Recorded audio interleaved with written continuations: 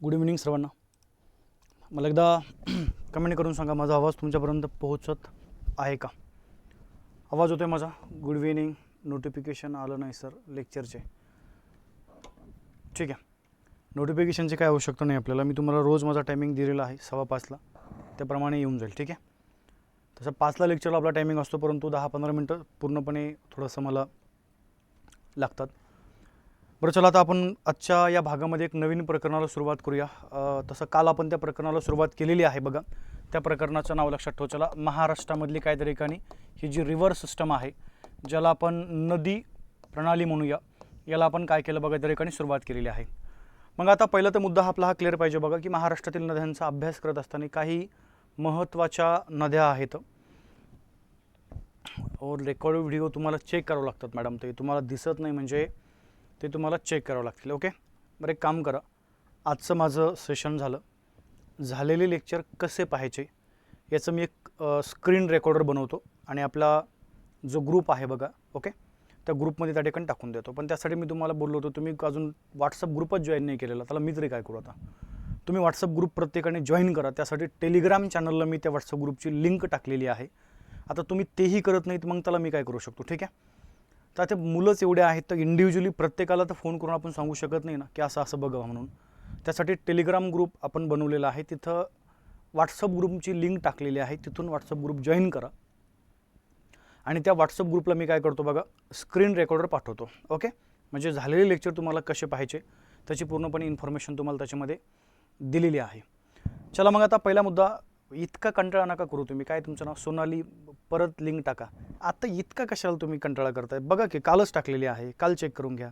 तुम्हाला काय ओपन केल्याबरोबर लगेच तुमच्या समोर आली पाहिजे का? ते थोडंसं काय करा बघा, प्रत्येकाने थोडंसं प्रयत्न करा की जसं आपण फेसबुकला आपल्या जुन्या मित्रांना शोधण्यासाठी रात्र जागवलेली आहे, बरोबर की नाही? फेसबुकला जुने मित्र शोधायला, त्यातल्यात कॉलेजमधली एखादी मुलगी पाहिजे किंवा एखादा मुलगा पाहिजे, बस आपण अख्खी रात्र त्याच्या नावाने शोधलेली आहे. हे आहे का फेसबुकवरती?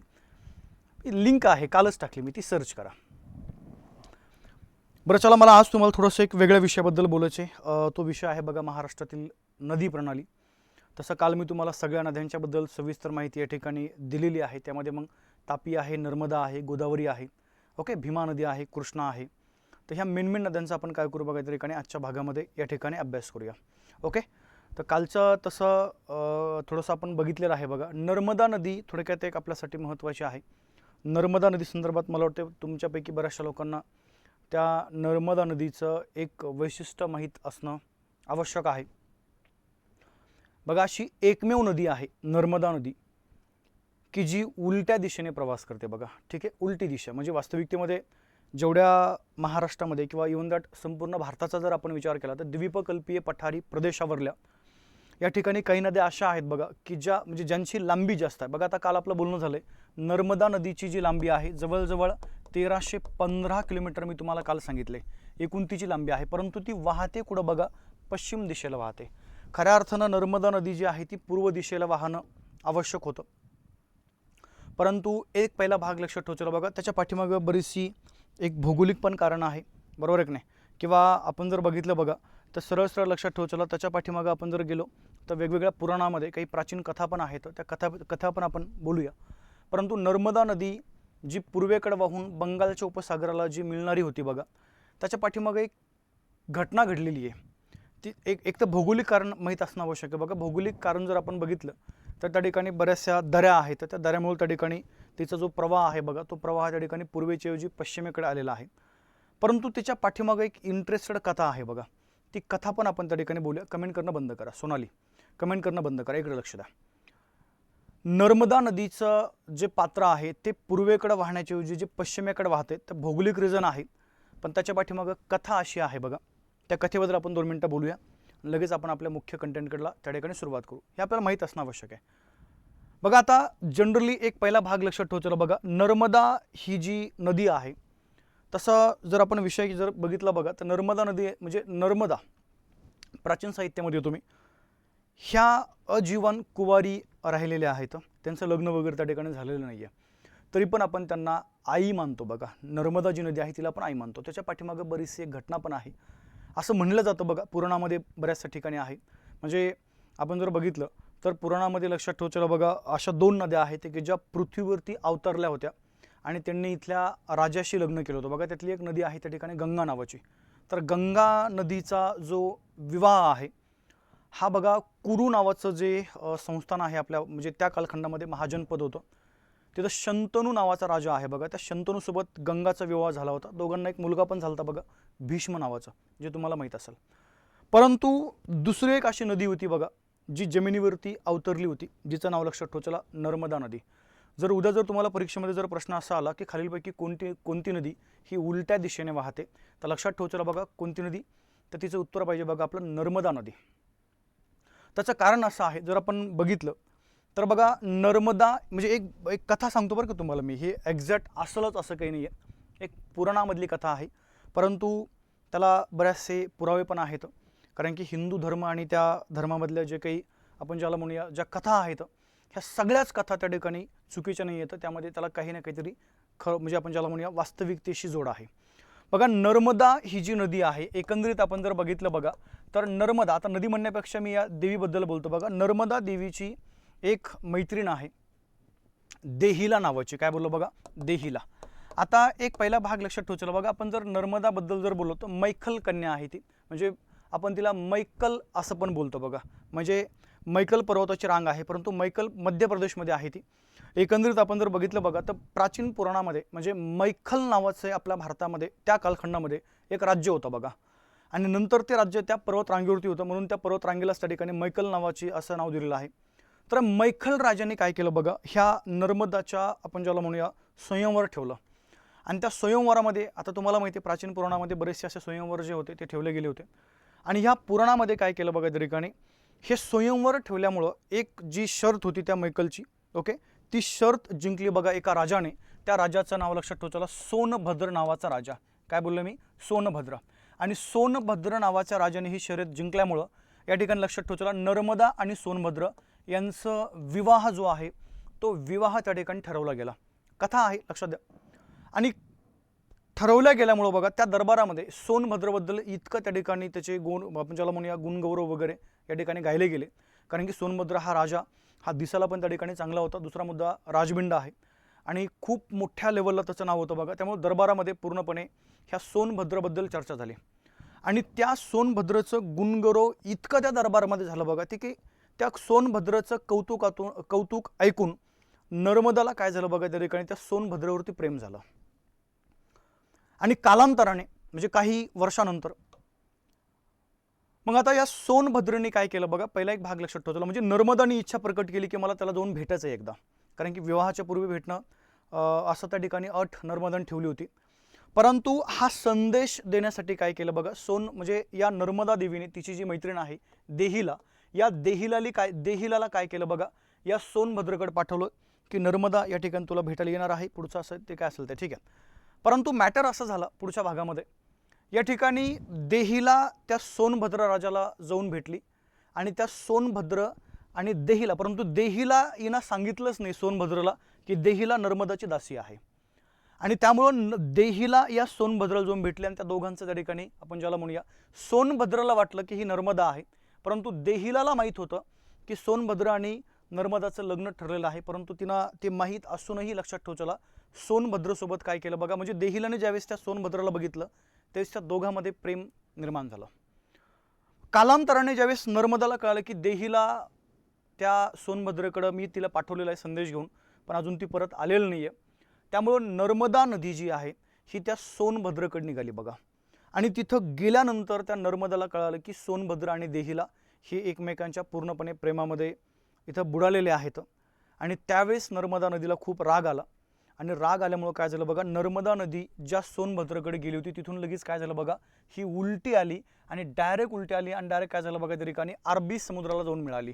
म्हणजे अशी एकमेव नदी आहे की जी नदी बघा त्या ठिकाणी उलटी वाहते. काय बोललो बघा, या ठिकाणी उलटी वाहते आणि ती म्हणजे कोणती बघा, नर्मदा. म्हणजे ही एक आख्यायिका आहे या नदी संदर्भात.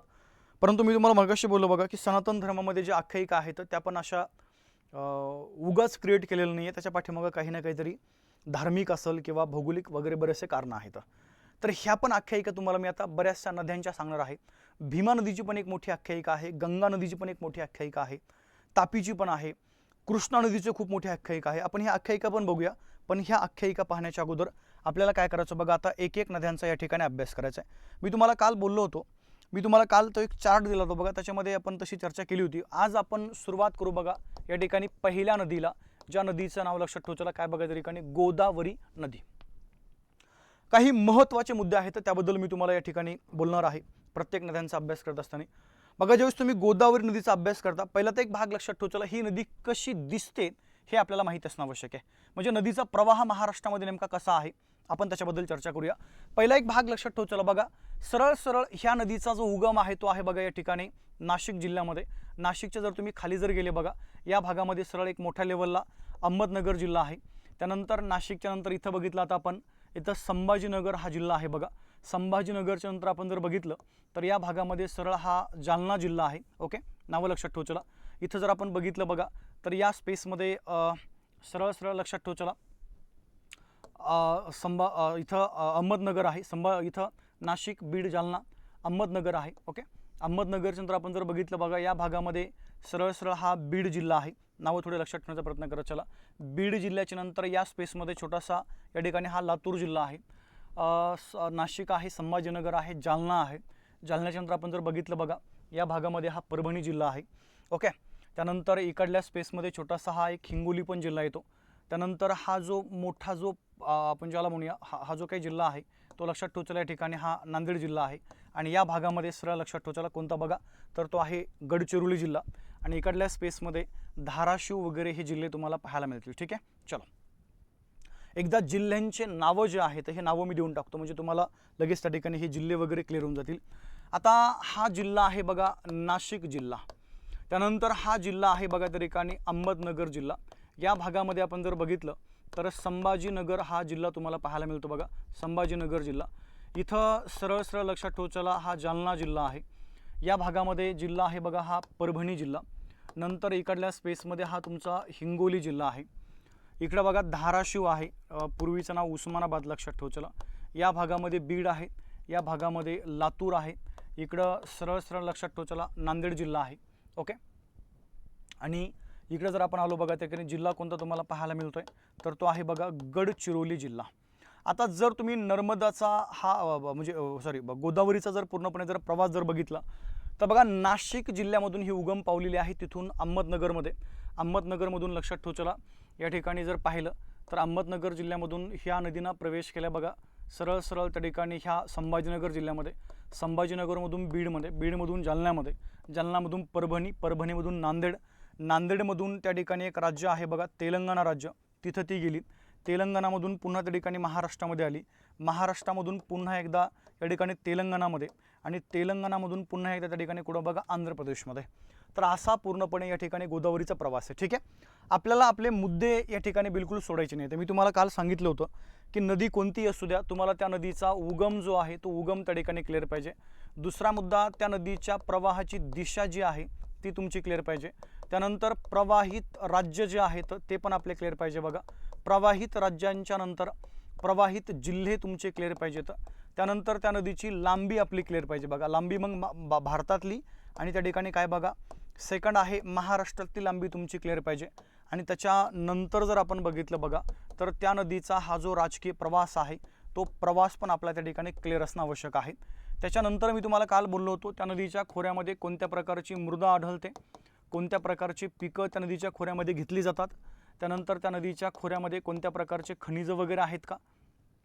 त्यानंतर सरळ सरळ त्या नदीच्या उपनद्या, नदी प्लस उपनदी यांच्या काठावरील शहरे हे पण आपल्यासाठी महत्त्वाचं आहे. त्यानंतर मेन धरणं कोणते हे पण महत्त्वाचं, आणि संगम लक्षात ठेवायचं. ठीक आहे, आणि बाकी इतर माहिती, एवढे पॉईंट तुम्हाला कोणत्याही नदींच्या संदर्भात या ठिकाणी असणं आवश्यक आहे बघा, माहीत असणं आवश्यक आहे. मग आता सुरुवात करू बघा आपण त्या ठिकाणी उगमाला. पहिला मुद्दा एक लक्षात ठेवायचा बघा, जर आपण गोदावरी नदीच्या त्या उगमासंदर्भात जर बोललो तर नाशिक जिल्ह्यामध्ये बघा एक ठिकाण, एक तालुका आहे त्र्यंबकेश्वर नावाचा तालुका. कोणता बोललो मी, त्र्यंबकेश्वर. आणि या त्र्यंबकेश्वर तालुक्यामध्ये एक टेकडी आहे बघा, ज्या टेकडीचं नाव आपण जर बघितलं तर ब्रह्मगिरी नावाची टेकडी आहे बघा. कोणती बोललो मी, ब्रह्मगिरी. आता 2 मिनटं माझ्या बोलण्याकडं थोडंसं काय करा बघा, जरा लक्ष द्या. मी तुम्हाला एकदम महत्त्वाचा भाग सांगतो. आता जर आपण भारताच्या तटवर्ती जर भागावरती गेलो, म्हणजे किनारपट्टीचा भाग आपण बघितला, या भागामध्ये सरळ लक्षात ठेवू चला, हे गुजरात राज्य आहे, गुजरातच्या खाली महाराष्ट्र आहे, महाराष्ट्राच्या खाली बघा या ठिकाणी गोवा आहे, गोव्याच्या खाली या ठिकाणी कर्नाटक राज्य आहे आणि त्याच्यानंतर जर आपण बघितलं बघा तर राज्य कोणतं आहे त्या ठिकाणी केरळ राज्य. आता 2 मिनिटं लक्ष द्या. मग या गुजरात राज्यापासून तर केरळ राज्यापर्यंत बघा एक पर्वताची रांग आहे, त्या पर्वताच्या रांगेला एक नाव आपल्याला द्यायचं आहे आणि ते नाव लक्षात ठेवू चला, आपण ज्याला पश्चिम घाट म्हणूया. काय बोललो बघा, पश्चिम घाट. मग आता पश्चिम घाटामध्ये जर आपण बघितलं तर या महाराष्ट्रामध्ये म्हणजे नाशिक जिल्ह्यामध्ये एक टेकडी आहे बघा, ज्या टेकडीचं नाव लक्षात ठेवू चला, ब्रह्मगिरीची टेकडी. आता आपलं बोलणं झालंय. आणि जर तुम्ही सेम परिस्थितीमध्ये कर्नाटक राज्यामध्ये पण गेले तर या कर्नाटक राज्यामध्ये पण तुम्हाला एक टेकडी पाहायला मिळते बघा, ज्या टेकडीचं नाव लक्षात ठेवू चला, ब्रह्मगिरीची टेकडी. म्हणजे पश्चिम घाटामध्ये 2 टेकड्या आहेत, एक महाराष्ट्रामध्ये आणि दुसरी कोणती बघा कर्नाटकमध्ये, आणि दोन्ही टेकड्यांचे नाव सारखेच आहेत, ब्रह्मगिरी ब्रह्मगिरी. आता उगम पाहत असताना बघा महाराष्ट्रामधली जी ब्रह्मगिरी टेकडी आहे या टेकडीवरती काय झाले, उगम झालाय बघा त्या ठिकाणी गोदावरी नदीचा. आणि कर्नाटक राज्यामधली जी ब्रह्मगिरीची टेकडी आहे या टेकडीवरती काय झालं बघा, उगम झाला त्या ठिकाणी कावेरी नदीचा. कोणत्या नदीचं बोललं, कावेरी. म्हणजे पहिला भाग लक्षात ठेवू चला, मेन पर्वत रांग एकच आहे, कोणती, पश्चिम घाट. आणि एक पर्वत रांगेच्या ह्या 2 टेकड्या, टेकड्या वेगवेगळ्या आहेत पण नावं कसे बघा सारखे आहेत. आणि ह्या दोन्ही पण टेकड्यावरती म्हणजे समान नावाच्या टेकड्यावरती काय झालंय, इथं गोदावरी उगम पावली, इकडे कावेरी उगम पावली, आणि म्हणून ह्या दोन्ही पण नद्यांना एकमेकांच्या आपण ज्याला म्हणूया जुळ्या बहिणी म्हणायचंय. काय बोललो मी, जुळ्या बहिणी. जर उद्या तुम्हाला परीक्षेमध्ये असा जर प्रश्न विचारला की खालीलपैकी गोदावरीची जुळी बहीण ही कोणत्या नदीला म्हणायचंय, तर आपला आन्सर पाहिजे बघा त्या ठिकाणी कावेरी नदी, हिला आपण गोदावरीची जुळी बहीण म्हणतो. का म्हणतो, कारण की पर्वतरांग एकच आहे. दुसरा मुद्दा, जिथं उगम पावली त्या टेकडीचं पण नाव एक आहे. ओके, म्हणून तुम्हाला काय म्हणायचं बघा त्या ठिकाणी ह्या दोन्ही पण नद्यांना एकमेकींच्या जुळ्या बहिणी म्हणायचं आहे. कोणती, गोदावरी प्लस कावेरी. ओके, चला मग उगम तुमचा क्लिअर पाहिजे बघा. तर या गोदावरी नदीचा उगम आहे नाशिक जिल्ह्यामध्ये त्र्यंबकेश्वर आणि ब्रह्मगिरीच्या टेकडीवरती काय झालं बघा, या ठिकाणी ही जी नदी आहे ती उगम पावलेली आहे. सेकंड मुद्दा आहे बघा तुमचा प्रवाहाची दिशा. तुमच्या समोर सगळं आहे. प्रवाहाची आपण जर दिशा बघितली बघा तर पश्चिमेकडून पूर्वेकडं, काय बोललं, पश्चिमेकडून पूर्वेकडं या ठिकाणी ही नदी प्रवास करते. त्याच्यानंतर जर आपण बघितलं बघा प्रवाहित राज्य समोर तुमच्या आहे, वेगळं काही म्हणजे डायग्राम काढल्यामुळे आपल्याला डायरेक्ट अर्ध्याच्या वर आपलं काम पूर्ण झालेलं आहे. प्रवाहित राज्य पाहत असताना आपल्याला 3 राज्यांची नावं या ठिकाणी घ्यावं लागतं बघा. किती राज्य, 3. म्हणजे 3 राज्य कोणते, एक महाराष्ट्र आहे, 2 नंबर तेलंगणा, इथं पण तेलंगणा आहे, आणि पुढं कोणतं बघा, आंध्र प्रदेश. म्हणजे महाराष्ट्र, तेलंगणा आणि आंध्र प्रदेश अशा 3 राज्यामधून काय झाले, या ठिकाणी ह्या नदीचा जो उगम आहे तो उगम त्या ठिकाणी झालेला आहे. म्हणजे प्रवास आपण ज्याला म्हणूया प्रवाहित राज्य आहेत. नंतर प्रवाहित जिल्हे. आता एक पहिला भाग लक्षात ठेवतो बघा, जर आपण गोदावरीच्या त्या पूर्णपणे प्रवासामधले जर प्रवाहित जिल्हे जर पाहिले तर पहिला एक भाग लक्षात ठेवतो बघा, जिथून या ठिकाणी ही ब्ल्यू कलरची लाईन गेलेली आहे त्या जिल्ह्यांना म्हणायचं आहे बघा प्रवाहित जिल्हे. मग बघा आता नाशिकमध्ये आहे, अहमदनगरमध्ये आहे, संभाजीनगरमध्ये आहे, बीडमध्ये आहे, जालना, परभणी, नांदेड आणि शेवटी काय बघा त्या ठिकाणी गडचिरोली. म्हणजे जवळजवळ आपण जर बघितलं बघा तर हे जिल्हे आहेत 1 2 3 4 5 6 7 आणि 8. म्हणजे प्रवाहित जिल्ह्यांच्या बद्दल आपण जर बोललो बघा तर गोदावरी जी नदी आहे हिचा प्रवास त्या ठिकाणी एकूण 8 जिल्ह्यातून आहे महाराष्ट्रामधला. ओके, त्यानंतर बघा लांबी पाहत असताना 2 प्रकारची लांबी आपल्याला कव्हर करायची आहे. एक या त्र्यंबकेश्वर पासून डायरेक्ट त्या आंध्र प्रदेशपर्यंत. मग एकूण जर लांबी आपण जर बघितली बघा गोदावरी नदीची तर काल आपलं बोलणं झालंय 1465 किलोमीटर ही त्या ठिकाणी एकूण लांबी आहे. पैकी महाराष्ट्रामध्ये आहे किती बघा, 668 किलोमीटर. आपण जर या ठिकाणी जर विचार केला बघा लांबीचा तर गोदावरी नदी अशी एकमेव आहे की जिची लांबी महाराष्ट्रामध्ये सर्वाधिक आहे. म्हणजे जर तुम्हाला उद्या जर असा प्रश्न आला की महाराष्ट्रामधील सर्वाधिक लांबीची नदी कोणती, तर आपला आन्सर काय पाहिजे बघा, गोदावरी ही त्या ठिकाणी सर्वाधिक लांबीची नदी आहे. तिची भारतातील एकूण लांबी 1465 किलोमीटर आहे आणि महाराष्ट्रातली किती बघा, 668 किलोमीटर. आता राजकीय प्रवास आपल्यासाठी महत्त्वाचा आहे, कारण की जर तुम्हाला राजकीय प्रवास जर समजला तर समजून घ्या बघा नदी तुमची क्लिअर झाली. ओके, मग आता राजकीय प्रवास कसा लक्षात ठेवायचा बघा. सरळ उगम आहे नाशिक जिल्ह्यामध्ये त्र्यंबकेश्वर ब्रह्मगिरीची टेकडी या ठिकाणी उगम झालाय. तिथून जर आपण बघितलं बघा ही नदी नाशिकमध्ये आली, नाशिकमधून अहमदनगर जिल्ह्यामध्ये, आणि अहमदनगर जिल्ह्याच्या मधून त्या ठिकाणी काय झालं बघा संभाजीनगर जिल्ह्यामध्ये ही त्या ठिकाणी आलेली आहे. आता मला सांगा आपण आपल्या महाराष्ट्राचे प्रादेशिक विभाग पाठीमागच पाहिले. मग आता जनरली जर आपण बघितलं बघा नाशिक आणि अहमदनगर जिल्हा हे 2 जिल्हे येतात बघा पश्चिम महाराष्ट्रामध्ये. त्या ठिकाणी काय बोललो मी, पश्चिम महाराष्ट्रामध्ये ह्या 2 जिल्ह्यांचा पूर्णपणे समावेश आहे। त्यानंतर बघा संभाजीनगर, बीड, जालना, परभणी, नांदेड हे जे बाकी इतर जे जिल्हे आहेत बघा ते येतात त्या ठिकाणी मराठवाडा या प्रादेशिक विभागामध्ये, आणि गडचिरोली हा जो जिल्हा आहे बघा तो त्या ठिकाणी येतोय विदर्भ या प्रादेशिक विभागामध्ये। मग आपला पहिला मुद्दा हा क्लिअर पाहिजे बघा, जर तुम्हाला परीक्षेमध्ये जर प्रश्न असा विचारला की खालीलपैकी गोदावरी नदी ही कोणत्या आणि किती प्रादेशिक विभागामधून प्रवास करते, कोणत्या म्हणलं तर हे 3 म्हणा, पश्चिम महाराष्ट्र, मराठवाडा, विदर्भ, आणि किती म्हणलं तर हे 3 तुम्हाला त्या ठिकाणी माहिती असणं आवश्यक आहे। पण आता मुद्दा असा आहे बघा, मी तुम्हाला पाठीमागे सांगितलं होतं कालच्या लेक्चरमध्ये की गोदावरी ही अशी एकमेव नदी आहे, तसं म्हणजे अजून 3 नद्या आहेत, तापी आहे, मांजरा पण आहे, की या महाराष्ट्रामध्ये 2दा प्रवेश करतात। 2दा प्रवेश कसा हे पण आपण बघूया, परंतु तिचा 3 विभागामध्ये प्रवास कसा आहे आपण त्याच्याबद्दल बोलणार आहोत। बघा नाशिकमधून ती आली अहमदनगरमध्ये, आणि अहमदनगर जिल्हा जो आहे बघा तिथून तिनं प्रवेश कुठं केलाय, संभाजीनगरमध्ये। म्हणजे पहिला भाग पश्चिम महाराष्ट्र जो आहे इथून तिनं प्रवेश केला संभाजीनगरमध्ये, म्हणजे मराठवाड्यामध्ये, आणि तो पॉईंट आपल्याला माहित पाहिजे बघा, पुणतांबे नावाचा पॉईंट आहे। काय बोललं बघा, पुणतांबे। म्हणजे ही जी गोदावरी नदी आहे बघा या ठिकाणी पुणतांबे या ठिकाणावरून आपण जर बघितलं तर पश्चिम महाराष्ट्रामधून मराठवाड्यामध्ये प्रवेश करते। त्यानंतर जर आपण बघितलं बघा संभाजीनगर आहे, बीड आहे, जालना आहे, परभणी आहे, नांदेड आहे।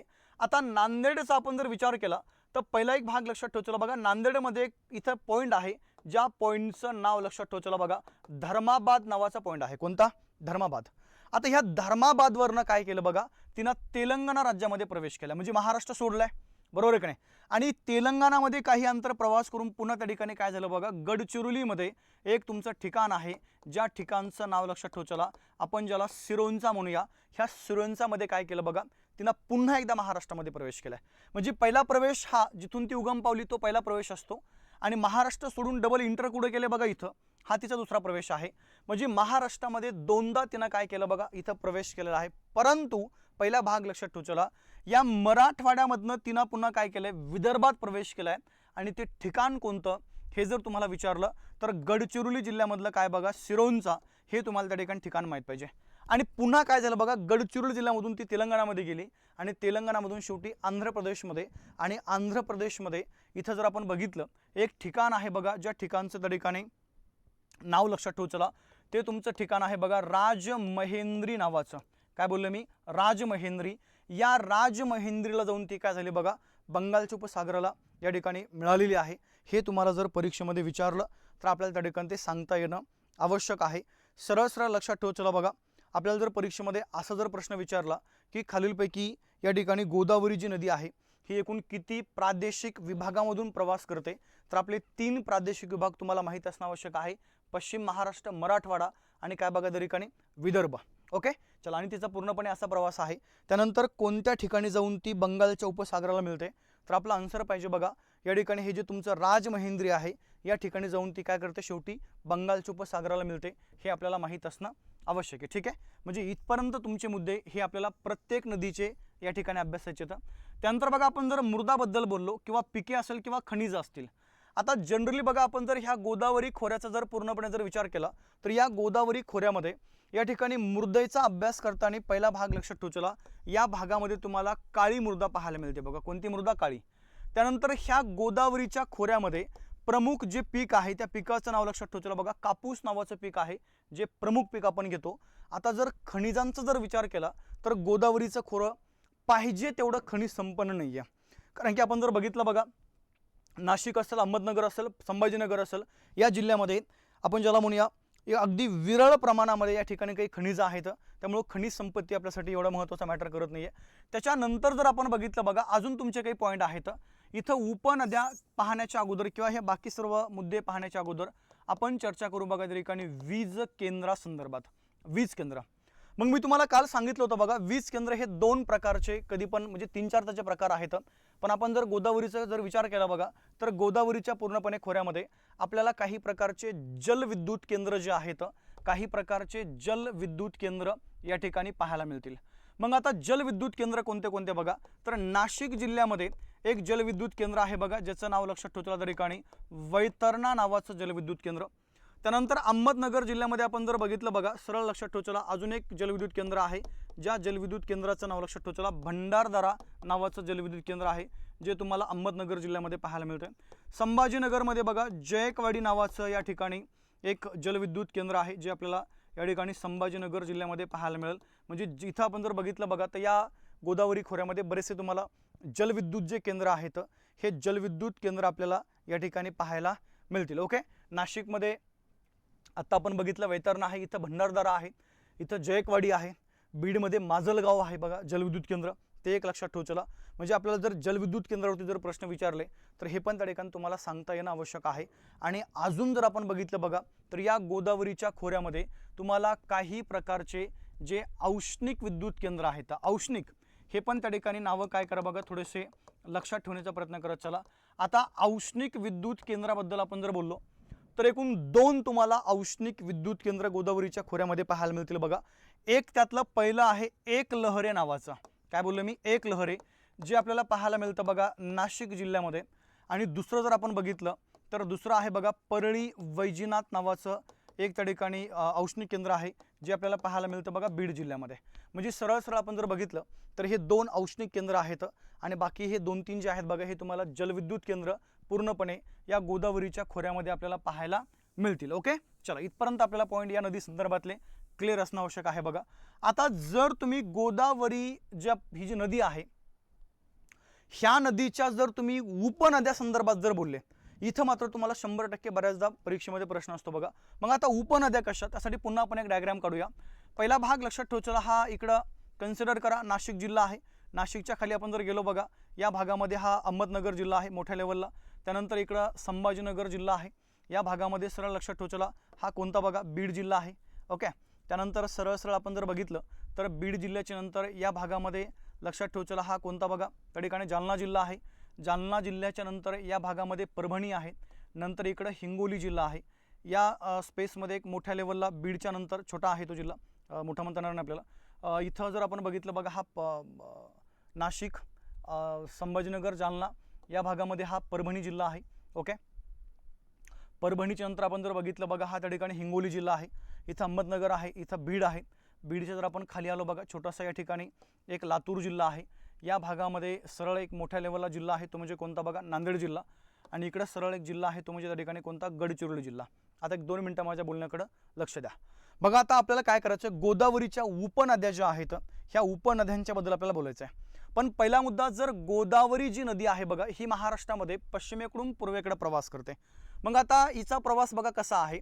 गोदावरीचा प्रवास आहे नाशिकमधनं अहमदनगर, अहमदनगरमधनं संभाजीनगर, बरोबर आहे का. संभाजीनगरमधनं या इथं ठिकाणी आपण जर बघितलं बघा बीड जिल्हा, बीडमधनं जालना आहे, जालन्यामधनं परभणी आहे, परभणीमधनं नांदेड आहे, नांदेडमधनं या ठिकाणी तेलंगणा, तेलंगणामधून त्या ठिकाणी गडचिरोली, पुन्हा त्या ठिकाणी तेलंगणा आणि नंतर लक्षात ठेवचला कोणतं बघा, आंध्र प्रदेश. असा तिचा पूर्णपणे त्या ठिकाणी इथं प्रवास आहे. मग आता पहिला भाग आपल्याला काय करायचं आहे, गोदावरीच्या उपनद्या कोणत्या कोणत्या आहेत. मग आता या नदीला मिळणाऱ्या ज्या नद्या आहेत एक तर उत्तरेकडून मिळतील किंवा काय बघा एक तर त्या ठिकाणी दक्षिणेकडून मिळतील. मग आता पहिला मुद्दा जर आपण बघितलं बघा, उत्तरेकडनं तिला कोणत्या कोणत्या नद्या मिळतात, तर नाशिक जिल्ह्यामध्ये कादवा आहे, संभाजीनगर जिल्ह्यामध्ये खाम नदी आहे, त्यानंतर जालना आपण जर विचार केला बघा दुधना आहे. ओके, त्यानंतर गिरणा नावाची नदी आहे, त्यानंतर परभणीमध्ये पूर्णा नावाची नदी आहे, हिंगोलीमध्ये आपण जर विचार केला बघा दक्षिण पूर्णा नावाची नदी आहे. त्यानंतर गडचिरोलीचा आपण जर विचार केला तर गडचिरोली जिल्ह्यामध्ये एक वर्धा आणि सेकंड लक्षात ठेवचला वैनगंगा, ह्या दोन्ही नद्यांच्या संयुक्त प्रवाहातून एक तिसरी नदी बनली बघा, ज्या नदीचं नाव लक्षात ठेवचला प्राणहिता नदी.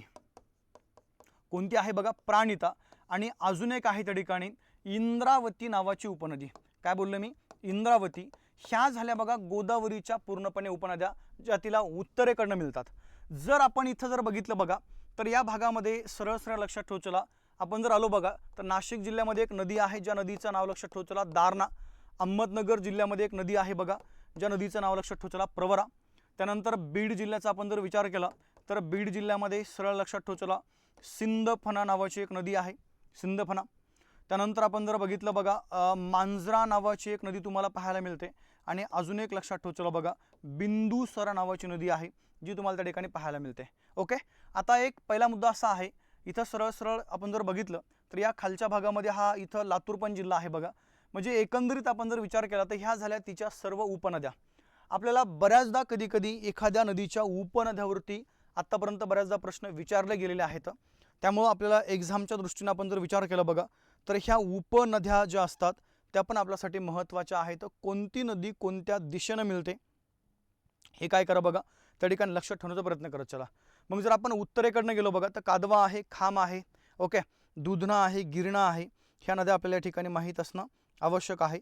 जर आपण दक्षिण दिशेने जर गेलो तर पहिला भाग लक्षात ठेवतो, दक्षिणेकडे दारणा आहे, प्रवरा आहे, ओके, बिंदुसरा आहे, सिंदफणा आहे, ह्या नद्या आपल्याला या ठिकाणी माहीत असणं आवश्यक आहे. बघा आता आपल्याला काय करायचं आहे, एक एक नदी घ्यायची आहे आणि त्या एक एक नदीचा काय करायचं बघा या ठिकाणी आपल्याला अभ्यास करायचा आहे.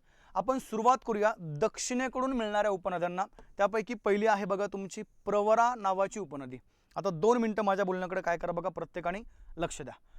आता जर आपण प्रवरा नदीबद्दल जर बोललो बघा, तर सरळ पहिला मुद्दा असा आहे की या भागामध्ये हा नाशिक जिल्हा आहे. काय बोलतो लक्ष द्या. आणि नाशिक जिल्ह्याच्या या स्पेसमध्ये जर आपण बघितलं बघा, तर इकडे अहमदनगर जिल्हा आहे आणि ही आहे बघा त्या ठिकाणी गोदावरी नदी. आता आपण एक एक नदीबद्दल बोलतोय. मग गोदावरीचा उगम नाशिकमधून त्या ठिकाणी कोणत्या जिल्ह्यामध्ये आली बघा, ती आली अहमदनगर जिल्ह्यामध्ये. परंतु या अहमदनगर जिल्ह्यामध्ये एक ठिकाण आहे बघा, ज्या ठिकाणचं नाव लक्षात ठेवा चला, हरिश्चंद्रचा डोंगर. काय बोललो मी, हरिश्चंद्र डोंगर. या हरिश्चंद्राच्या डोंगरामध्ये काय झाली बघा, या ठिकाणी प्रवरा ही जी नदी आहे ह्या नदीचा उगम झालेला आहे. मग आता पहिला भाग लक्षात ठेवा चला, उगम आपला क्लिअर आहे. त्यानंतर प्रवरा नदीची आपण जर एकूण जर लांबी जर बघितली बघा, तर एकूण जवळजवळ 208 किलोमीटर ही तुम्हाला प्रवरा ही जी नदी आहे बघा, या नदीची या ठिकाणी जी लांबी आहे ही लांबी त्या ठिकाणी तुम्हाला माहीत असणं आवश्यक आहे. कोणत्या नदीची बघा, प्रवरा. त्यानंतर सेकंड जर आपण भाग बघितलं तर या ठिकाणी सरळ ही जी प्रवरा आहे, आता उपनद्यांबद्दल आपल्याला काय करायचं बघा, एक तर पहिला मुद्दा तिचा उगम तुमचा क्लिअर पाहिजे, त्यानंतर उपनद्यांची लांबी तुमची क्लिअर पाहिजे बघा. त्याच्यानंतर लक्षात ठेवा चला, ही जी उपनदी आहे प्रवराच्या डबल तुम्हाला उपनद्या माहीत पाहिजेत. काय बोललो मी, प्रवराच्या उपनद्या. मग प्रवराच्या उपनद्या आपण जर बघितलं बघा, आढळा नावाची एक नदी आहे जी तुम्हाला प्रवराची उपनदी त्या ठिकाणी पाहायला मिळते. कोणती बोललोय, आढळा. आणि अजून एक लक्षात ठेवचला बघा, मुळा नावाची एक नदी आहे जी तुम्हाला प्रवराची उपनदी पाहायला मिळते. त्यानंतर या प्रवरा नदीच्या काठावरती कोणते कोणते शहर आहेत, तर सगळ्यात महत्त्वाचं एक शहर आहे बघा, संगमनेर नावाचं शहर. त्यानंतर अकोले, अकोला नाही बरं का, अकोले हे एक शहर त्या ठिकाणी तुम्हाला प्रवरा नदीच्या या काठावरती पाहायला मिळेल. आणि अजून एक लक्षात ठेवचला बघा, हे नेवासा शहर आहे, ते पण त्या ठिकाणी तुम्हाला प्रवरा नदीच्या काठावरती पाहायला मिळतं. ओके, चला काय म्हणताय सर, जिल्हा पण विचारतात का सर उपनद्यांचा? जिल्हा विचारत नाही, फक्त मी तुम्हाला हे समजण्यासाठी सांगतोय. काय बोलतो मी, ठीक आहे, हे आपल्याला समजावं म्हणून आपण काय करतो बघा, त्या ठिकाणी हे जिल्ह्यांच्या डायग्राम तुमच्या समोर या ठिकाणी मांडण्याचा प्रयत्न करतोय. तुम्ही फक्त काय करा पोरांनो, जास्त प्रश्न विचारण्यापेक्षा ती संकल्पना आपली कशी क्लिअर होईल ना त्याच्यावर भर द्या, बरोबर की नाही. आणि अजून एक मुद्दा, तुम्हाला आता बऱ्यापैकी अनुभव आलेला आहे, तुमच्यापैकी बरेचसे मुलं सिनियर जर असतील तर तुम्हाला कळलेलं आहे की आपल्या TET परीक्षेमध्ये प्रश्न हे डायरेक्ट UPSC लेवलचे प्रश्न आहेत. UPSC आणि शिक्षक भरतीचे पेपर देतो आपण, आणि प्रश्न कोणते, UPSC लेवलचे. त्यामुळे तुम्ही त्याला चॅलेंज करू शकत नाहीये. तुम्ही फक्त काय करा, संकल्पना कशा आपल्या क्लिअर होतील त्याच्यावरती काय करा बघा, प्रत्येकाने थोडासा भर असू द्या. ओके, मग चला पहिला मुद्दा मी तुम्हाला या ठिकाणी प्रवरा नदीचा उगम जो आहे तो उगम त्या ठिकाणी सांगितलेला आहे बघा. उगम आहे अहमदनगर जिल्ह्यामध्ये. या ठिकाणी जो हरिश्चंद्र डोंगर आहे तिथं काय झालं बघा, या नदीचा जो उगम आहे तो उगम त्या ठिकाणी झालेला आहे. एकूण लांबी 208 किलोमीटर. तिच्या उपनद्या आहेत बघा प्रवरा आणि आढळा. त्यानंतर काठावरले शहर संगमनेर, अकोले आणि काय बघा नेवासा ही तिच्या काठावरले शहर आहेत. नंतर या प्रवरा नदीच्या काठावरती एक मोठं धरण पण आहे, ज्या धरणाचं नाव लक्षात ठेवा चला, भंडारदरा धरण आहे बघा. कोणतं बोललो मी, भंडारदरा, जे आपल्याला पाहायला मिळतं बघा या ठिकाणी अहमदनगर जिल्ह्यामध्ये.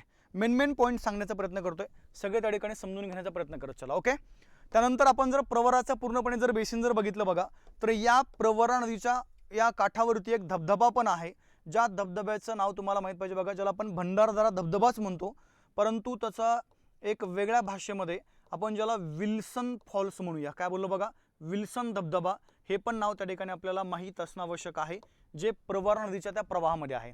मग आता त्याच्या पुढे जर आपण गेलो बघा, शेवटी हा पूर्णपणे प्रवास करत म्हणजे अकोले तालुका आहे, संगमनेर तालुका आहे, शेवटी नेवासा तालुका आहे, असा प्रवास करत करत ही जी नदी आहे बघा, शेवटी गोदावरी नदीला, म्हणजे आपण जर ह्या पूर्णपणे जर प्रवास जर विचारला तर अकोले, संगमनेर आणि शेवटी या नेवासा तालुक्यामध्ये एक ठिकाण आहे ज्या ठिकाणचं नाव लक्षात ठेवायचं, कायगाव टोका. काय बोललो मी? कायगाव टोका. ह्या कायगाव टोक्याला जाऊन काय होतं बघा, ही जी नदी आहे ही दक्षिणेकडून, हा मात्र भाग त्या ठिकाणी काय करा बघा, प्रॉपरली लक्षात ठेवण्याचा प्रयत्न करत चला. म्हणजे प्रवरा ही जी नदी आहे ही दक्षिणेकडून काय होते बघा, या ठिकाणी गोदावरी नदीला मिळते, हे आपल्याला माहीत असणं आवश्यक आहे. हा विल्सन धबधबा किंवा त्याला तुम्ही रंधा फॉल्स असं पण बोलू शकता, एकच नाव येते. हा, आता मुद्दा एक लक्षात ठेवला, काय बोललो मी, शेवटी ही नदी काय झालं बघा, दक्षिणेकडून त्या ठिकाणी कशाला मिळाली, तर ही मिळाली बघा त्या ठिकाणी गोदावरी नदीला. पण कोणत्या ठिकाणी, तर ती मिळाली बघा कायगाव टोका या ठिकाणी ही नदी मिळालेली आहे. आता एक वेगळा मुद्दा असा आहे की ह्या प्रवरा नदीच्या काठावरती जे धरण आहे बघा, कोणतं धरण, भंडारदरा. आणि ह्या भंडारदरा धरणामुळे काय झालं बघा, आजूबाजूला जेवढे काही लोक आहेत म्हणजे त्या परिसरातले, पुणे असेल, अहमदनगर असेल, अलीकडे थोडं संभाजीनगर वगैरे असेल, या लोकांचा आपण जर विचार केला बघा, ह्या धरणामुळं किंवा ह्या धरणातल्या पाण्याने काय केलं बघा, एक अमृत म्हणून काम या ठिकाणी केलेलं आहे. कारण की या धरणाचं ज्यावेळेस उद्घाटन होणार होतं, पहिले पंतप्रधान पंडित जवाहरलाल नेहरू यांच्या हस्ते या धरणाचं उद्घाटन झालेलं आहे. आणि एक पहिला मुद्दा लक्षात ठेवतो बघा, ज्यावेळेस त्या धरणाचं उद्घाटन होणार होतं त्यावेळेस त्यांनी एक वाक्य उच्चारलं की ही जी नदी आहे या नदीतल्या पाण्याने, ह्या नदीच्या पाण्यावर आपण जो बांध बांधलेला आहे बघा, म्हणजे तो भंडारदरा, आणि ह्या भंडारदरा धरणातलं पाणी आता त्या ठिकाणी काय करेल बघा, ह्या लोकांना या ठिकाणी अमृत म्हणून काम करेल, अमृत जीवनदान देण्याचं काम करेल बघा. ओके. आणि म्हणून या प्रवरा नदीला महाराष्ट्राची अमृत वाहिनी नदी असं म्हणायचं आहे. काय बोललो मी? महाराष्ट्राची अमृत वाहिनी नदी. जर तुम्हाला एक्झाममध्ये असा जर प्रश्न विचारला की खालीलपैकी कोणत्या नदीला महाराष्ट्राची अमृत वाहिनी नदी असं म्हणायचं आहे, तर आपला आन्सर काय पाहिजे बघा, प्रवरा ही जी नदी आहे तिला आपण महाराष्ट्राची अमृत वाहिनी नदी म्हणतो. ठीक आहे. आणि शेवटी तुम्हाला एवढी माहिती माझ्या मते प्रवरा नदी संदर्भातली माहीत असणं आवश्यक आहे. आता सेकंड आपण चर्चा करू बघा, त्या ठिकाणी सगळ्यात महत्त्वाची एक नदी आहे ती म्हणजे मांजरा नदी. आता पहिला तर एक भाग लक्षात ठेवायचा बघा, मांजरा नदीचा जो उगम आहे, पहिला आपण जिल्ह्यांच्या बद्दल बोलू बघा. या ठिकाणी हा बीड जिल्हा आहे. बीडच्या जर आपण खाली आलो बघा, या स्पेसमध्ये सरळ सरळ एक धाराशिव जिल्हा तुम्हाला पाहायला मिळतोय.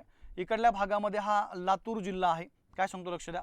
त्यानंतर या भागामध्ये सरळ जर आपण बघितलं बघा, तर या ठिकाणी कर्नाटक राज्य आहे, कर्नाटकच्या पलीकडे तेलंगणा आहे, आणि नंतर पुन्हा त्या ठिकाणी या भागामध्ये एक जिल्हा आहे बघा, तो म्हणजे आपला कोणता जिल्हा त्या ठिकाणी, नांदेड जिल्हा. काय बोलले? नांदेड. एकदा नाव देऊन टाकतो मी, हा बीड जिल्हा आहे.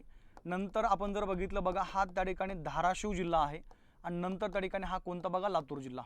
आता काय सांगतो, थोडंसं माझ्या बोलण्याकडे लक्ष द्या. आपण या ठिकाणी अभ्यास करतोय मांजरा नदीचा. कोणती बोलले बघा? मांजरा. आपल्याला आपले पॉईंट सोडायचे नाही येतं. नदी कोणती पण असू द्या, त्या नदीचा उगम तुमचा क्लिअर पाहिजे. नंतर त्या नदीची लांबी तुमची क्लिअर पाहिजे बघा, लांबी. त्यानंतर त्या नदीची प्रवाहित राज्य म्हणजे किती राज्यातून प्रवास करते ते पण त्या ठिकाणी तुमचा मुद्दा क्लिअर पाहिजे. आता जर तुम्ही मांजराबद्दल जर बोलले बघा, तर मांजराचा उगम आहे बीड जिल्ह्यामध्ये पाटोदा तालुक्यामध्ये. कोणता बोलले? पाटोदा तालुका. मग आता जनरली बघा, आपण जर विचार केला, कन्सिडर करा, इथं पाटोदा आहे, इथं मांजरा उगम पावली. ओके. आणि हा आता इथं जी गोदावरी आहे बघा, आपण जर मगाची जर डायग्राम जर बघितली आपण, तर गोदावरी नदी बीडमधनं कुठे गेली बघा, बीडमधनं जालन्यामध्ये, जालन्यामधनं परभणी, आणि परभणीमधनं कुठे गेली बघा, ती आलेली नांदेडमध्ये. बरोबर आहे का? असा तिचा पूर्णपणे प्रवास आहे कोणाचा? गोदावरीचा. पण गोदावरीच्या खाली आपण ज्याला म्हणूया, त्या बीडमध्येच पाटोदा तालुक्यामध्ये एक नदी उगम पावते बघा, ज्या नदीचं नाव लक्षात ठेवा, मांजरा नदी. कोणती बोललोय? मांजरा. आता जर तुम्ही मांजराचा उगम जर बघितलं बघा, पाटोदा, आणि ही नदी त्या ठिकाणी खाली उस्मानाबाद, ज्याला आपण धाराशिव म्हणूया, शेवटी लातूर जिल्हा, आणि लातूरमधनं त्या ठिकाणी एक ठिकाण आहे बघा, निलंगा नावाचं. काय बोलले? निलंगा. ह्या निलंगावरनं कर्नाटकमध्ये, तिथून तेलंगणामध्ये, तेलंगणामधून पुन्हा त्या ठिकाणी आपण ज्याला म्हणूया महाराष्ट्रामध्ये. ओके. महाराष्ट्रामध्ये म्हणजे पुन्हा तिनं प्रवेश केला या ठिकाणी नांदेडमध्ये. ओके. आणि नांदेडमधून त्या ठिकाणी काय झालं बघा, ही सरळ सरळ गोदावरीला इथं जाऊन मिळालेली आहे. हा एक भाग आपल्याला माहीत असणं आवश्यक आहे. बऱ्याचदा आपल्याला परीक्षेमध्ये अशा टाईपचे जर प्रश्न विचारले तर त्याचा आन्सर आपल्याला या ठिकाणी करता येणं आवश्यक आहे बघा. ठीक आहे. सरळ सरळ पहिला मुद्दा लक्षात ठेवा. आता जर तुम्ही तिचा उगम जर बघितलं, तर आता सांगितले तुम्हाला मी, बीड जिल्ह्यामध्ये ही जी नदी आहे बघा, पाटोदा तालुक्यामध्ये उगम पावलेली आहे, डोंगरामध्ये. तुम्ही जर त्या मांजराची जर एकूण जर लांबी बघितली, तर 724 किलोमीटर ही मांजराची एकूण लांबी आहे. प्रवाहित राज्यामध्ये महाराष्ट्र आहे, कर्नाटक आहे, आणि अजून एक राज्य लक्षात ठेवा, ते म्हणजे कोणतं बघा? तेलंगणा आहे. आता मी तुम्हाला काल सांगितलं होतं की आपल्या महाराष्ट्रामध्ये दोनदा प्रवेश करणाऱ्या नद्या एकूण 3 आहेत. गोदावरी एक आहे, आणि दुसरी बघा आता मांजरा. आता मांजराचा दोनदा प्रवेश कसा झालाय आपण त्याच्याबद्दल या ठिकाणी बोलूया. पहिला भाग लक्षात ठेवायचा बघा, उगम झाला तो तिचा पहिला प्रवेश असतो. नंतर बीडमधनं धाराशिव, नंतर लातूर, लातूरमधनं कोणत्या राज्यात गेली बघा, कर्नाटकमध्ये, पुन्हा तेलंगणामध्ये, आणि पुन्हा कुठं आली बघा, ती आली नांदेड जिल्ह्यामध्ये म्हणजे महाराष्ट्रामध्ये. म्हणजे हा झाला बघा तिचा दुसऱ्यांदा प्रवेश. ओके. आणि शेवटी जर आपण बघितलं बघा तर ही जी मांजरा नदी आहे, तर या मांजरा नदीच्या काठावरती सरळ लक्षात ठेवायला जे तुमचे शहरं आहेत, 2 शहरं कन्फर्म तुम्हाला माहीत असणं आवश्यक आहे बघा. एक आहे लातूर शहर जे मांजराच्या काठावरती आहे, आणि या धाराशिव जिल्ह्यामधलं एक शहर आहे बघा कळंब नावाचं शहर, ते पण तुम्हाला त्या ठिकाणी या मांजराच्या काठावरती पाहायला मिळतं आहे. आणि शेवटी मांजरा नदी या नांदेड जिल्ह्यामध्ये दक्षिणेकडून एक ठिकाण आहे बघा कुंडलवाडी. या कुंडलवाडीमध्ये काय झाले, ही नदी शेवटी त्या गोदावरीला या ठिकाणी मिळालेली आहे. हे आपल्याला भाग या ठिकाणी माहीत असणं आवश्यक आहे. ठीक आहे. काय तुम्ही बाकीचे कमेंट नका करू रे, काय म्हणताय सर रेकॉर्डेड व्हिडिओ भेटत नाही. रेकॉर्डेड व्हिडिओ तुम्हाला भेटत नसतात, तुम्हाला ते चेक करावं लागतात. आता लाईव्ह सुरू आहे तर लाईव्ह बघा ना तुम्ही. आता लाईव्हमध्ये रेकॉर्डेडचं कशाला विचारताय तुम्ही. ठीक आहे. सध्याला लाईव्ह सेशन करा. रेकॉर्डेड व्हिडिओ कसे पाहायचे त्याचं मी तुम्हाला स्क्रीन रेकॉर्डेड तुमच्या त्या व्हॉट्सअप म्हणजे टेलिग्राम ग्रुपमध्ये टाकून देतो, तिथून तुम्ही ते बघा. जे आत्ता नवीन जॉईन झाले त्यांना पुन्हा रिपीट करतो बघा मी, तुम्ही सर्व गोष्टी तुम्हाला हातामध्ये द्यायची सवय नका ठेवू. टेलिग्राम चॅनल जॉईन करा. टेलिग्राम चॅनलचं नाव आहे हिस्ट्री बाय अमोल सर. काय बोललो मी, हिस्ट्री बाय अमोल सर हे टेलिग्राम चॅनल आहे, हे सर्वांनी जॉईन करा. या टेलिग्राम चॅनलवरती एक व्हॉट्सअप ग्रुपची लिंक आहे बघा. ठीक आहे. एक व्हॉट्सअप ग्रुप आहे जो आपला स्पेशल TETसाठी आपण बनवलेला आहे. या व्हॉट्सअप ग्रुपची एक लिंक आहे, तो व्हॉट्सअप ग्रुप जॉईन करा. आणि त्या व्हॉट्सअप ग्रुपवरती मी स्क्रीन रेकॉर्डर पाठवणार आहे आपलं लेक्चर झाल्यानंतर. आणि तिथून मग तुम्ही काय करा बघा, रेकॉर्डेड व्हिडिओ कसे पाहायचे हे तुम्हाला मी त्या स्क्रीन रेकॉर्डरमध्ये सांगणार आहे. आत्ता लाईव्ह क्लासमध्ये त्या ठिकाणी कोणीच बोलू नका. ठीक आहे. काय म्हणता सर PDF द्या ना सर. आता कशा देऊ सांगा तुम्हाला व्हॉट्सअप करू का आता. अहो PDF तुम्ही नवीन जॉईन झालेत का. ठीक आहे. जे नवीन आहेत तुम्हाला रोज तेच सांगतो रे बाबांनो, तुम्ही हा टेलिग्राम ग्रुप जॉईन करा. आता तुम्ही विषय काढलाच तर सांगून देतो बाबा, रोज जवळजवळ 9 ते 10 तास माझे लेक्चर असतात. एका बॅचमध्ये नाही जरी म्हटलं 700-800 मुलं असतात. प्रत्येकाला इंडिव्हिज्युअली ह्या PDF आम्ही प्रोव्हाइड करत नाही. किती मुलं आहेत कुणाला कुणाला शेअर करणार. त्यासाठी सगळ्यांसाठी आपण काय केलं आहे, हे टेलिग्राम चॅनल ओपन केलेलं आहे, हे तुम्ही जॉईन करा. याच्यावरती तुम्हाला सगळं भेटणार आहे. तुमच्या PDF भेटतील, तुमचे क्वेश्चन्स पोल भेटणार आहेत. रोज मी शिक्षक भरतीच्या अनुषंगाने 10 प्रश्न ह्या टेलिग्रामवरती पोस्ट करतोय. काय बोललो मी, रोज 10 प्रश्न ह्या टेलिग्रामवरती मी टाकतोय. त्याचाही फायदा तुम्हाला होणार आहे, पण त्यासाठी तुम्ही हे जॉईनच करत नाही आहे. इथं तुम्हाला PDF पण भेटणार आहेत. काय म्हणताय, PDF मिळतील तर झेरॉक्स काढता येतील म्हणजे ते सांगितलं मी तुम्हाला. हे टेलिग्राम चॅनल जॉईन करा. याच्यावरती सर्व PDF सगळं आहे. PDF आहेत, क्वेश्चन्स पोल आहेत, सगळं आहे ना. पण तुम्ही काय करा बघा, थोडंसं तिकडं ते जॉईन करण्याचा प्रयत्न करत चला. आता बाकी कमेंट करू नका. काय सोनाली फॅशन टिप नको आपल्याला, आम्ही फॅशन टिप हे पहिला आपल्यासाठी फॅशनचं आपण नंतर बघूया, पहिले तुम्ही इकडे लक्ष द्या. ठीक आहे. हां, आम्हाला एकदा नोकऱ्या लागू द्या, मग आम्ही मोठी फॅशन करण्यासाठी तुमच्या दुकानात येतो, बरोबर नाही, आणि मुले मोठी खरेदी करूया, बरोबर आहे. हां, फॅशनचं काय दुकान आहे का तुम्ही, फॅशन टिप्स बहिराम. बरं काय तर मला एवढं कळलं नाही येते. मला वाटतं फॅशनचं काय असं एखादं तुमचं असेल दुकान वगैरे सलून, नोकरी लागू द्या एकदा आम्हाला, आम्ही सगळे येऊन जातो. ठीक आहे. बघा डिस्टर्ब करू नका. आता चांगली लिंक चालू होती बघा, तुम्ही असं लोक करताय मध्ये डिस्टर्ब करून टाकता बघा. ठीक आहे. गेले आपले 5-10 मिनटं आता त्याच्यामध्ये गेलेत.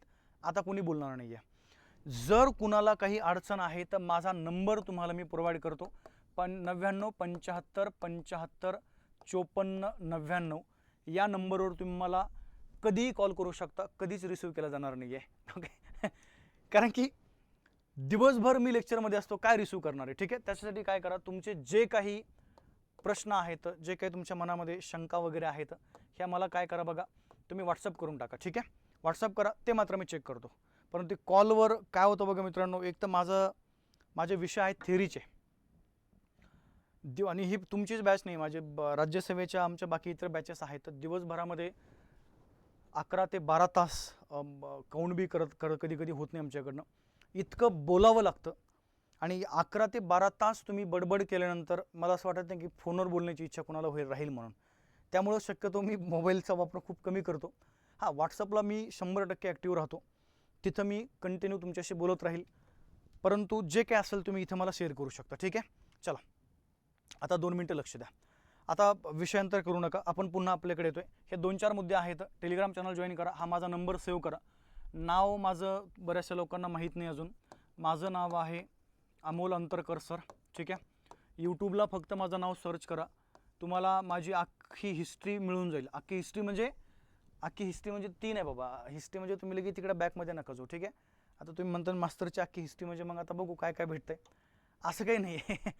हिस्ट्री म्हणजे तुम्हाला नेमकं सगळ्या गोष्टी ज्या आहेत माझ्याबद्दल, टीचिंग असेल किंवा बाकी इतर माझे पुस्तकं वगैरे जे काय असेल ते, हे तुम्हाला माहिती मिळते बघा ह्या यूट्यूब चॅनलमध्ये. ठीक आहे, बरं चला आता जास्त वेळ न घेता डबल आपण आपल्या मुद्द्याकडे येतोय.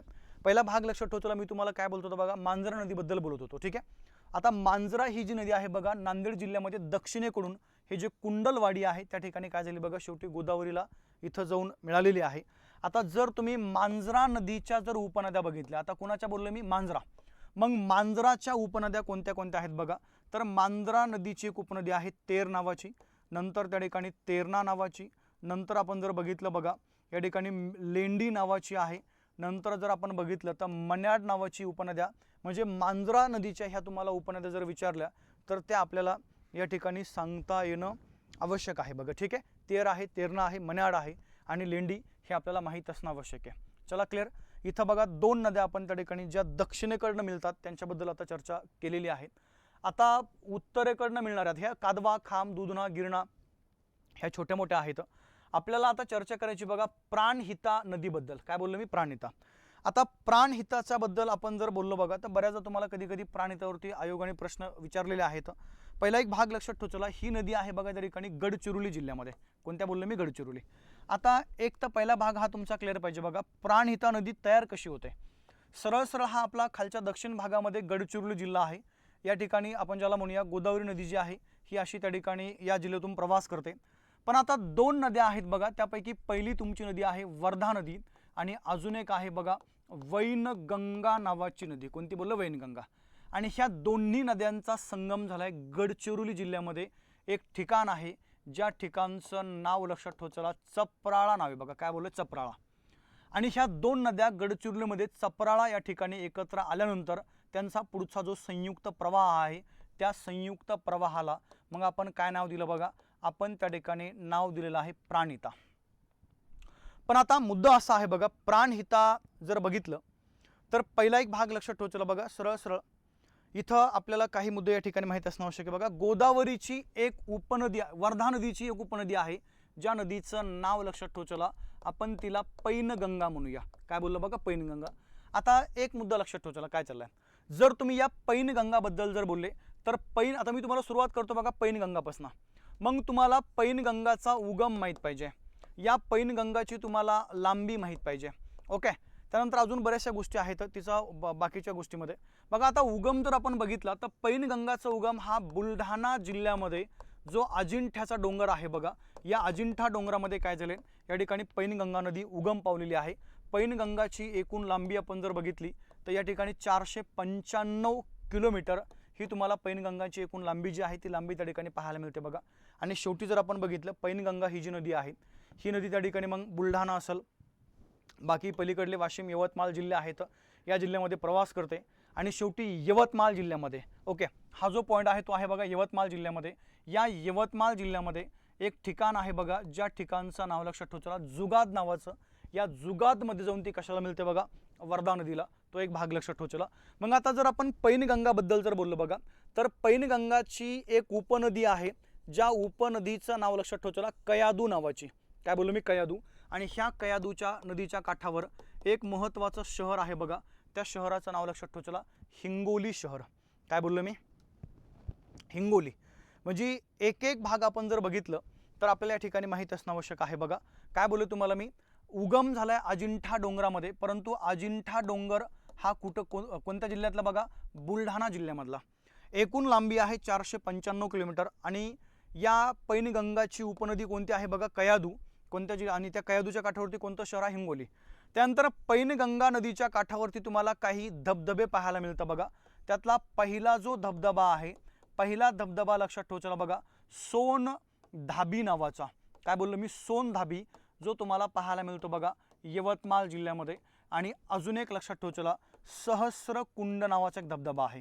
काय बोललो मी, सहस्रकुंड, जो आपल्याला पाहायला मिळतो बघा या ठिकाणी नांदेड जिल्ह्यामध्ये। एवढी माहिती काय करा बघा, पैनगंगाची आपल्याला या ठिकाणी माहीत असणं आवश्यक आहे। आता पैनगंगा ज्या नदीची उपनदी आहे ती म्हणजे कोणती बघा, वर्धा नदी, आणि सेकंड त्या ठिकाणी कोणती आहे, वैनगंगा। आता जर तुम्ही वर्धा नदी आणि वैनगंगा ह्या दोन्ही पण नद्यांचा जर उगम पाहिला तर तो आहे बघा त्या ठिकाणी मध्य प्रदेश राज्यामध्ये। कोणत्या राज्यामध्ये बोललो मी, मध्य प्रदेश। आणि ह्या दोन्ही नद्या या ठिकाणी काय होतं बघा, वर्धा नदीची एकूण लांबी आहे 455 किलोमीटर आणि वैनगंगाची एकूण लांबी किती बघा, 295 किलोमीटर। लांब्या मात्र थोडंसं काय करा, लक्षात ठेवण्याचा प्रयत्न करा। चला, पैनगंगाची एकूण लांबी आहे 495, त्यानंतर वर्धाची लांबी आहे बघा 455 आणि वैनगंगा नदीची एकूण लांबी त्या ठिकाणी किती बघा, 295 किलोमीटर आपल्याला माहीत असणं आवश्यक आहे। आता जर आपण या वर्धा नदीबद्दल बोललो बघा, मगाशी तुम्हाला मी बोललेलो आहे की वर्धा नदीची एकूण लांबी 455 किलोमीटर आहे, तो एक भाग लक्षात ठेवा। आणि सरळ सरळ जर आपण बघितलं तर ह्या वर्धा नदीच्या काही उपनद्या आहेत बघा। मग त्या उपनद्याबद्दल आपण जर बोललो बघा, वर्धाच्या बोललो मी, तर वर्धा नदीची एक उपनदी आहे, म्हणजे आता जर तुम्ही वर्धाच्या जर उपनद्या बघितल्या तर नंद नावाची एक उपनदी आहे, इरई नावाची एक उपनदी आहे बघा, ओके, इरई। त्यानंतर विदर्भा नावाची एक उपनदी आहे, त्यानंतर निरगुडा नावाची एक उपनदी आहे। त्यापैकी आपण जर बघितलं बघा, ही जी इरई नदी आहे तिच्या काठावरती एक शहर आहे, ज्या शहराचं नाव लक्षात ठेवायला काय बघा त्या ठिकाणी, चंद्रपूर नावाचं शहर आहे। त्यानंतर अजून एक नदी आहे बघा नाग नावाची, ज्या नाग नदीच्या काठावरती या ठिकाणी नागपूर नावाचं शहर आहे। ठीक आहे, म्हणजे तुम्हाला वर्धा नदीच्या ह्या उपनद्या आणि त्यांच्या काठावरती असणारे हे जे काही शहरं आहेत त्या शहरांच्या बद्दल आपल्याला या ठिकाणी माहीत असणं आवश्यक आहे बघा। ठीक आहे, सेम परिस्थिती त्या ठिकाणी वैनगंगाची पण आहे। आता जर आपण या वैनगंगा नदीबद्दल बोललो बघा, तर वैनगंगा नदीची एकूण लांबी आहे 295 किलोमीटर आणि या वैनगंगा नदीच्या काठावरती महत्त्वाचं एक शहर आहे, ज्या शहराचं नाव लक्षात ठेवायला, गडचिरोली। काय बोललो मी, गडचिरोली। आणि शेवटी जर आपण बघितलं बघा, वैनगंगा आणि वर्धा ह्या दोन नद्यांचा संगम झालाय गडचिरोली जिल्ह्यामध्ये। काय बोलले, वर्धा नदी आणि सेकंड त्या ठिकाणी कोणती आहे बघा, वैनगंगा। ह्या दोन नद्या ज्या आहेत यांचा संगम आहे कुठं, गडचिरोली जिल्ह्यामध्ये। एक पॉईंट आहे बघा चपराळा, या ठिकाणी दोन नद्यांचा संगम झाला आणि त्याच्यानंतर पुढचा जो संयुक्त प्रवास आहे तो संयुक्त प्रवास त्या ठिकाणी प्राणहिता नावाने या ओळखला गेला बघा। काय बोललोय, प्राणहिता। जर तुम्हाला परीक्षेमध्ये प्रश्न असा विचारला की प्राणहिता नावाची नदी कोणत्या दोन नद्यापासून बनलेली आहे, वर्धा आणि वैनगंगा, हे आपल्याला माहीत असणं आवश्यक आहे। आणि मग आता या प्राणहिता नदीची जी एकूण लांबी आहे, एकूण लांबी लक्षात ठेवायला ती आहे बघा 120 किलोमीटर। आणि शेवटी जर आपण बघितलं तर प्राणहिता ही नदी गडचिरोली जिल्ह्यामध्ये सिरोंचा नावाचा पॉईंट आहे बघा, कोणता, सिरोंचा। या सिरोंचाला काय झालं बघा, त्या ठिकाणी मिळते गोदावरीला। ठीक आहे, हा एक आपल्याला माहीत असणं आवश्यक आहे। आणि या गोदावरीची अजून एक महत्त्वाची उपनदी आहे बघा, इंद्रावती नावाची। हे थोडं लक्षात ठेवायचं, इंद्रावती जिचा उगम आहे बघा ओडिसा राज्यामध्ये, कलाहंडी नावाचा डोंगर आहे तिथे उगम पावली आणि तिथून ती काय झालं बघा, ओडिसामधनं सरळ लक्षात ठेवायला या ठिकाणी छत्तीसगड आणि छत्तीसगडमधनं महाराष्ट्रामध्ये आली आणि महाराष्ट्राच्या पूर्वेकडे हा जो गडचिरोली जिल्हा आहे तिथून तिने प्रवास केला आणि शेवटी गडचिरोली जिल्ह्यामध्ये नगरम नावाचा एक पॉईंट आहे, त्या नगरमला काय झाली बघा, ती त्या ठिकाणी गोदावरीला येऊन मिळालेली आहे।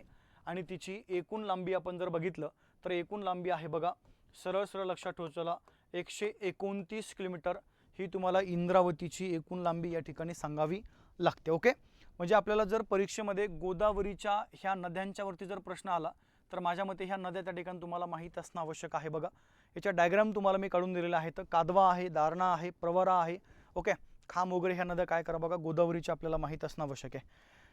त्याच्यानंतर बघा शेवटचा एक पॉईंट आहे तुमच्या काठावरील शहरांचा। आता काठावरील आपण जर शहरं जर बघितले, या पुन्हा इकडं बघा प्रॉपर ही जी गोदावरी नदी आहे बघा, गोदावरी, तसं तुम्हाला ह्या नोट्समध्ये मी सविस्तर देऊन टाकणार आहे. तर प्रॉपर गोदावरीच्या काठावरती नाशिक आहे, त्र्यंबकेश्वर आहे, बरोबर आहे, पैठण आहे, आपेगाव आहे, राक्षस भुवन आहे, नांदेड शहर प्रॉपर गोदावरीवरती आहे, परभणी जिल्ह्यामधलं गंगाखेड हे पण त्या ठिकाणी प्रॉपर गोदावरी नदीच्या काठावरती आपल्याला पाहायला मिळतं बघा. ठीक आहे. त्यानंतर जर आपण बघितलं बघा, सरळ सरळ त्या ठिकाणी ही जी बिंदुसरा आहे तिच्या काठावरती बीड आहे. सिंदफणा नदीच्या काठावरती तुम्हाला या ठिकाणी माजलगाव शहर पाहायला मिळतं. प्रवरा ही जी नदी आहे तिच्या काठावरती अकोले आहे, संगमनेर आहे, नेवासा आहे, हे शहर लक्षात ठेवा. चला बघा, त्यानंतर खाम नदीच्या काठावरती छत्रपती संभाजीनगर हे शहर आहे.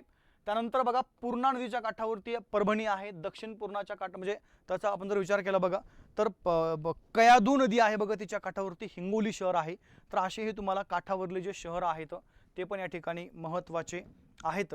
आणि सर्वात शेवटी जर आपण बघितलं बघा तर ही जी गोदावरी नदी आहे आणि ह्या गोदावरी नदीचं जे पूर्णपणे हे जे बेसिन आहे बघा, ह्या बेसिनमध्ये आपण जर किंवा हे जे खोरं आहे त्या खोऱ्यातील पाण्याचं योग्य नियोजन करण्यासाठी काय केलं बघा, एक महामंडळ निर्माण केलं, गोदावरी विकास पाटबंधारे महामंडळ.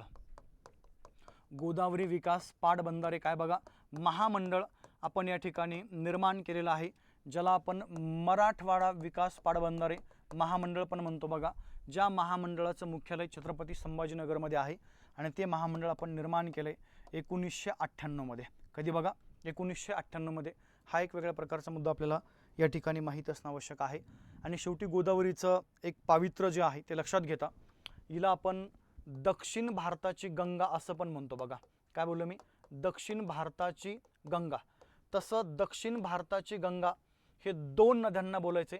एक बघा गोदावरीला पण आपण दक्षिण भारताची गंगा म्हणतोय आणि अजून एक आहे बघा कावेरी. या कावेरीला पण आपल्याला दक्षिण भारताची गंगा असं म्हणायचं आहे. ठीक आहे, तो एक भाग लक्षात ठेवा. आणि गोदावरीच्या खोऱ्यामध्ये बरेचसे संत वगैरे होऊन गेलेत, म्हणून ह्या खोऱ्याला तुम्हाला अजून एक नाव द्यायचं आहे. आपण तिला संतांची भूमी असं पण म्हणतो बघा. काय बोललो मी, संतांची भूमी. तर माझ्या मते एवढे पॉईंट तुम्हाला गोदावरीबद्दल या ठिकाणी माहीत असणं आवश्यक आहे. आता आपण आपल्या उद्याच्या लेक्चरमध्ये काय करू बघा, बाकी इतर ज्या नद्या आहेत त्यांच्याबद्दल सविस्तर या ठिकाणी अभ्यास करूया. पण आता सर्वांनी 2 मिनटं लक्ष द्या.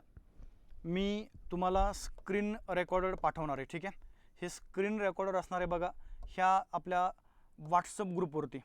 व्हॉट्सअप ग्रुपची लिंक आहे बघा टेलिग्राम चॅनलवरती तुम्हाला प्रोव्हाइड करेल मी. परंतु त्याच्यापेक्षा एक मुद्दा, जर तुम्हाला नाही समजलं टेलिग्रामवरती शक्यतो तिथंच जा. जर तिथं जर नाही समजलं तर ह्या नंबरवरती मला फक्त SMS करा, फक्त SMS करा, तुम्हाला मी तिथं ॲड करून घेतो. ठीक आहे, म्हणजे तुम्हाला ती लिंक टाकतो. शक्यतो इथून ॲड व्हा, हे तुम्हाला सोपं जाईल. याच्यावरती तुम्हाला सर्व प्रकारच्या ज्या PDF आहेत ह्या PDF तुम्हाला प्रोव्हाइड या ठिकाणी मी करतो आहे.